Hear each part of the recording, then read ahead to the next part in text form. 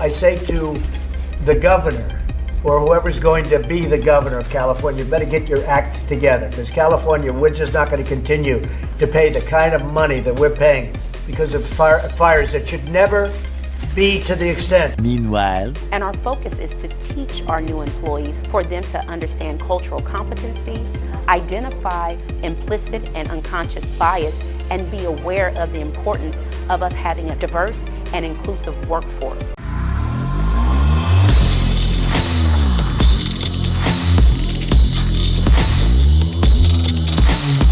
Listen, y'all, we've all seen the headlines. Cyber attacks on our power grid, drones in the sky, violent attacks on the everyday American. And the ugly truth is no leader, no system can protect you from everything.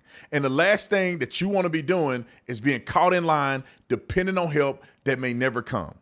And when crisis hit, best believe that food is always the first casualty. Everyone needs it, and panic buying makes it even worse. That's why I made sure that my family is prepared with my Patriot Supply.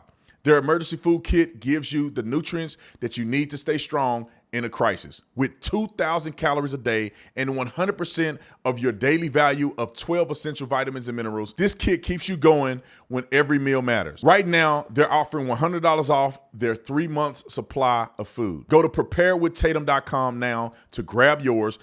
Don't put this off. Now is the time to prepare. That's preparewithtatum.com to get your 3 months food supply today. Like, subscribe to the channel, hit the bell to get notifications anytime I go live and make a video. Y'all already know what to do. Let's get into this. I want to talk a little bit about the Palisades fire in California. Very sad situation. My condolences go out to the people that have lost their lives. Right now, it's been confirmed 2 people have lost their lives. And then all of the destruction. One of the people on our staff here grew up in the Palisades, and a lot of I think everything that he grew up knowing, the places that he went, some of the stores of friends and family members, all are burnt down, completely burned to no end. The question that I often have when I see these things is that what is Gavin Newsom doing about this, right? It seems to be very uniquely associated in California that we see these incredible fires like this. I mean, literally Armageddon style fires. Is it the fact that they're not cleaning the brush like they should and using resources in that manner? Is it, or could it be that they got homeless people that are just doing willy-nilly doing whatever they want to do, and they end up setting a fire somewhere, and they cannot be held accountable whatsoever? Just so you guys know, there's a couple facts and circumstances around what happened, and then we're going to play a couple clips of some of the woke leaders that are running the fire department in this area. But I want to first start out by, if you are unfamiliar with this situation, it's a Pacific Palisades neighborhood in Los Angeles County. The size of the fire has burned about 5,000 acres. That's a crazy amount of land and property. And obviously a lot of people's properties are engulfed in that. The weather conditions says the Santa Ana winds exceeded 100 miles per hour, coupled with severe drought conditions have exacerbated the fire spreading, hindering containment efforts. And right now, as we know it, the fire is at 0% contained, which is incredibly scary. I mean, I think there's going to be a lot of lasting issues, even in the case where people are not dying. I mean, inhaling the flames like this video, inhaling those flames and the heat that's coming from that, and all the burning material. That's got to be completely detrimental. The very interesting thing about this clip here is that when I watched the movie Homestead, this kitchen looks exactly like the kitchen in the movie Homestead. I don't know if I'm tripping. When y'all watch the movie Homestead, you tell me if you think this is the kitchen. This is a side note. This looks exactly like the kitchen in the movie Homestead. Everything around it looks exactly the same. Maybe they filmed it at this house. Anyway, obviously Gavin Newsom has made a state of an emergency. I want to hear his comments on this particular incident. We're going to pull up his clip, roll it. Here at the Palisades fire, you can see behind me how quickly this is growing. Hundreds and hundreds of personnel all throughout the state of California are here.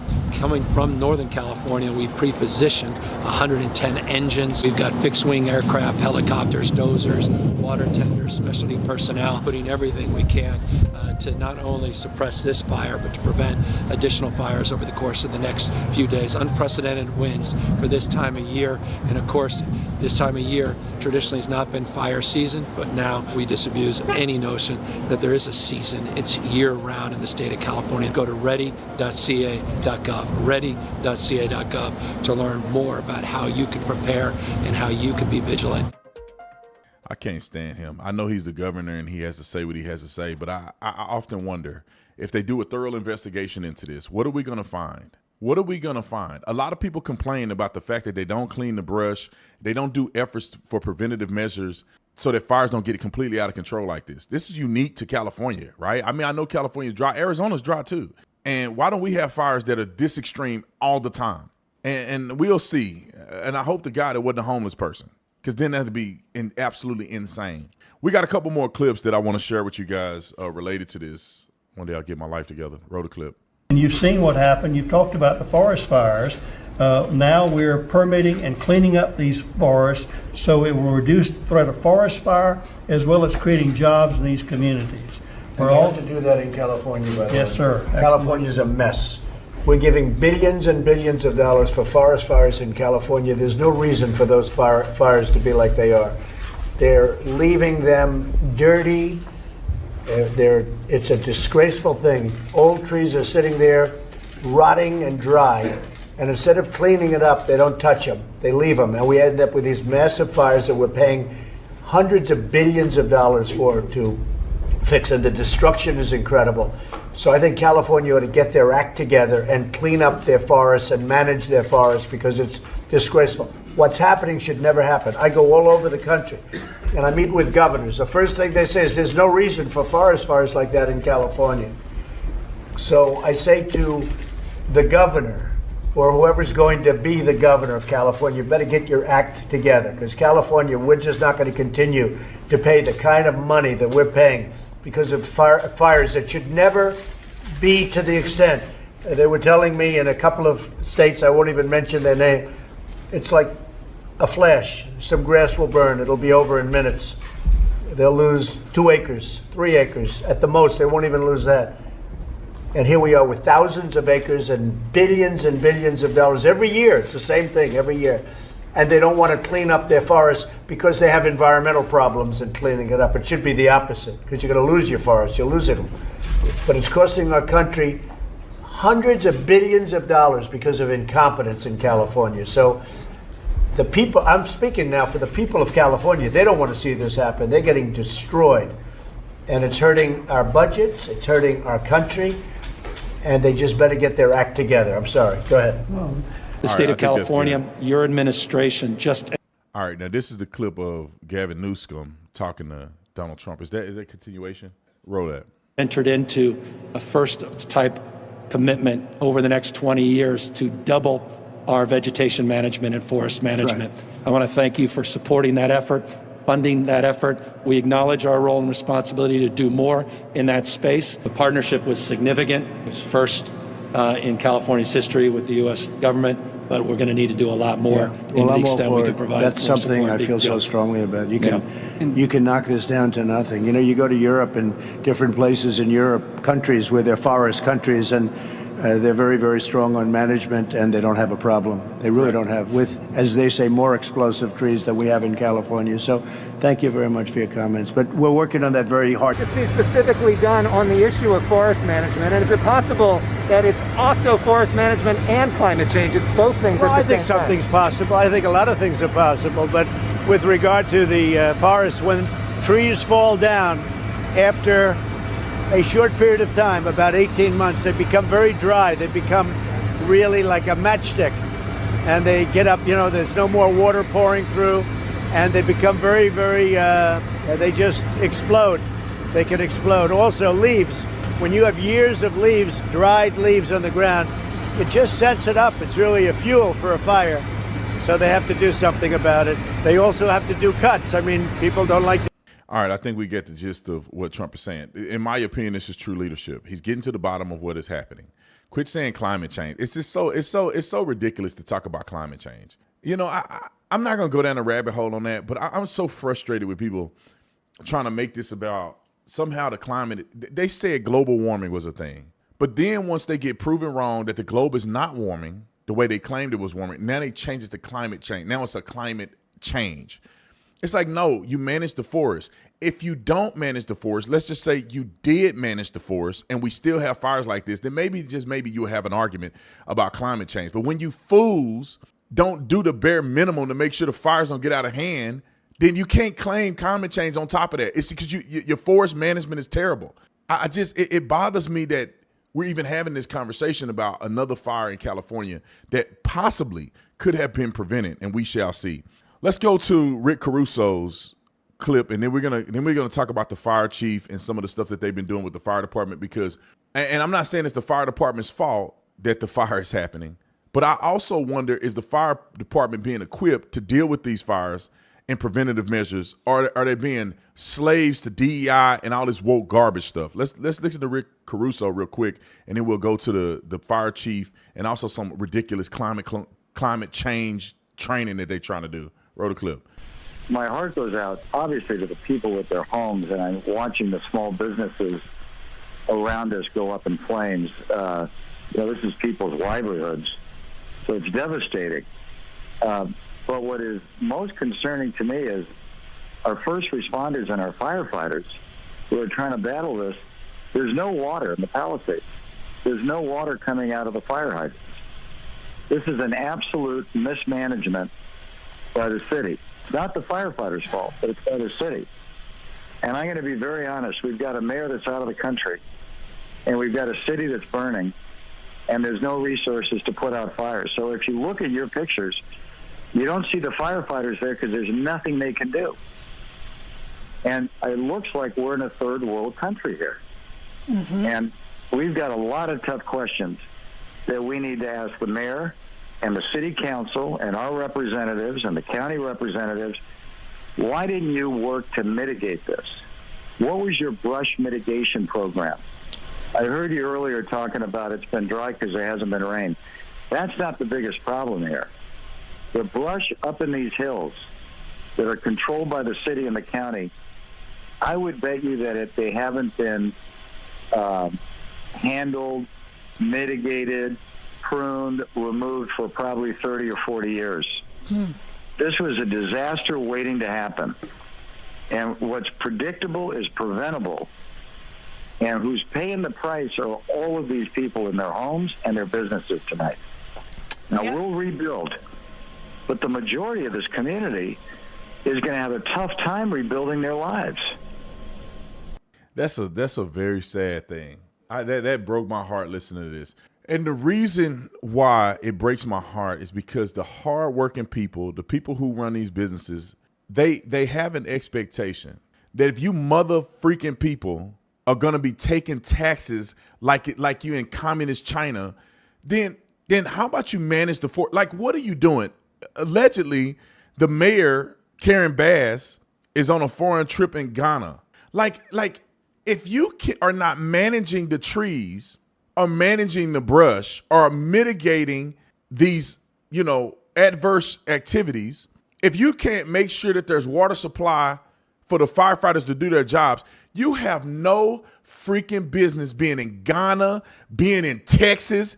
I don't understand the incompetence of these people. Like you should lose your quick. If something like this happens and they do an investigation, they say the brush haven't been cleared in the last 30 years, like the gentleman said, if he is telling the truth, which I'm inclined to believe him, then somebody needs to lose something. That means that you can't be the mayor. You lose it all. You can't run for re-election. You owe the people money. Your bank account is zero. You go to jail because the destruction that have been caused because your insouciance, your lack of accountability, your prioritization of DEI and transgender and like this activism stuff has nothing to do with fighting fires. Now, let me just give you an example of why I'm so accelerated in my frustration when it comes to this stuff. Is that when I see this stuff and I hear Karen Bass and some other people are not managing, doing the people's bidding, doing the people's business, they're leaving people out to dry, whole childhood gone in 3 hours. And they focus on stupid stuff. And then you go and look at the police chief I am super inspired. She took time out of her already busy schedule to tell us about her vision for the department's future, one that includes a 3-year strategic plan to increase diversity. People ask me, well, what number are you looking for? I say, I'm not looking for a number. It's never enough. Out of 3,300 city firefighters, only 115 are women right now. She's already looking at ways to change that. She's quick to point out that doing so has a greater purpose, attracting the best and brightest for the job. They feel included, they feel valued, and they feel part of a cohesive team. The chief also checks another box when it comes to inclusivity and diversity at this department. She's a proud member of the LGBTQ community. That just kind of opens the door of people that thought, wow, I didn't even know that was an opportunity for me. I said I wasn't going to say this live, but I'm going to say it anyway. I think America made a tremendous mistake by pushing this idea that men and women are equal in every aspect of life, and that women need to get thrusted into some of these male-dominant fields. I think we made a mistake, because what happens is when you start thrusting women into positions that they're not qualified for in some of these cases, it damages the integrity of the profession. I just don't think the mentality of inclusion and gay rights and all this stuff have anything to do with fighting fires. You should have a standard, and you can encourage people on the outside of your department to live up to the standard. Young women want to be firefighters. They need to get in shape and need to start practicing and learning the craft of firefighting, and then they can be accepted into the profession. You don't dumb the profession down so you can get diversity of people in. There is no need for diversity when you're fighting a fire. As a police officer, and my dad is a fire chief, as a police officer, I never one time went to a call and said, God dang, man, I wish I had a woman here with me. Oh, I wish I had a black guy here with me. I wish I had 2 white guys here with me. I ain't never in my life went to a call for service and hoped that I had diversity. And maybe I have somebody that can speak Spanish, but that have nothing to do with whether or not a person is a Mexican or not. I know a whole bunch of white people that know how to speak Spanish. Maybe that. But I never went and say, you know what, it would be a greater space if we had a couple women here on this job. It's like, no, do I have people who are competent, bro? Are you going to get here? Are you going to write a good case report? Are you going to write a good supplement report? Are we going to document this? Are we going to be able to make an arrest? If homeboy get jiggy, are you going to be able to help me fight this guy or not? Are you going to be able to put this guy in the handcuffs? If a homeboy pull a strap out on us, are we going to be able to take care of business, or I'm going to be fending for my life and yours? Like, what is happening here? And it includes men too. I never say, oh, we need short men and a couple tall ones. It's like, no, bro, can you get the job done? I don't got time for this. I got a family at home. I don't care nothing about what you got. I don't care if you gay or not. Can you do the job? Can you do the job? Can you fight a fire? Can you pull one of your battle buddies out of a burning fire with an oxygen tank on and all that other stuff? Can you make that happen? If you can, come on, join the force. Can you put out a fire? Can you get the hose right? Can you run that hose 40 feet? Or I don't know, half a block? How far you got to pull a hose? Can you do it without me having to assist you? Can you do it in a competent way where I can feel confident that we all taken care of? And it's not somebody, I hope to God they're doing their job. That's what matters. Then they got this other training program that they put them through. That's insane to me. Its leadership has since changed. Chief Crowley is an openly gay woman now. It took me a couple years. I wasn't sure, and this was when I was new on the job. I was very kind of mindful about my personal life. Yeah, you should be mindful about your personal life. Your personal life is your personal life. What kind of firefighter are you? I don't care nothing about whether or not you and the other lady bumping stuff every night. You know what I'm talking about. Roll the clip. Don't laugh, Nick. We are hosting our new employee orientation, and our focus is to teach our new employees for them to understand cultural competency, identify implicit and unconscious bias, and be aware of the importance of us having a diverse and inclusive workforce.